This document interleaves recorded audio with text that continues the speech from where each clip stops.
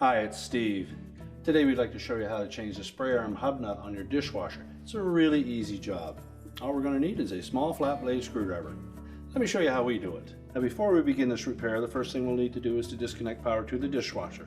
So locate the electrical panel, turn off the appropriate breaker or remove the appropriate fuse.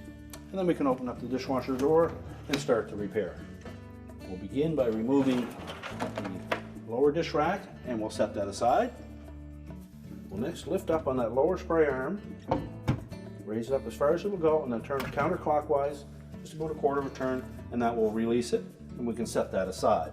Now to remove the nut that secures that filter to the pump housing, we'll need to take a flat blade screwdriver and just lift up on the little locking tabs, and there are several of them on that nut. You'll see that there is a little locking tab that will come up against that stop if we try to turn that counterclockwise.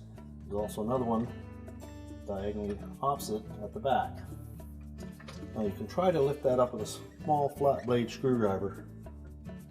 Just gently pry up on it as you're turning it counterclockwise to lift it over that stop.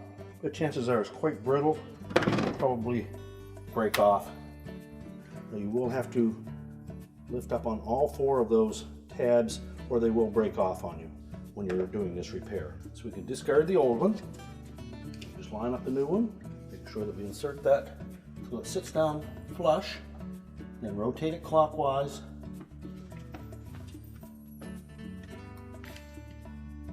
Turn it far enough, those little tabs will engage.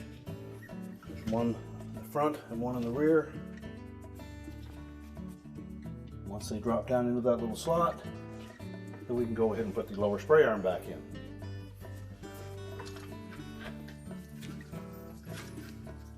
Simply center it, turn it clockwise and it'll drop into place. We can then put the lower dish rack in. Just slide it back in. We're now ready to reconnect the power and our repair is complete.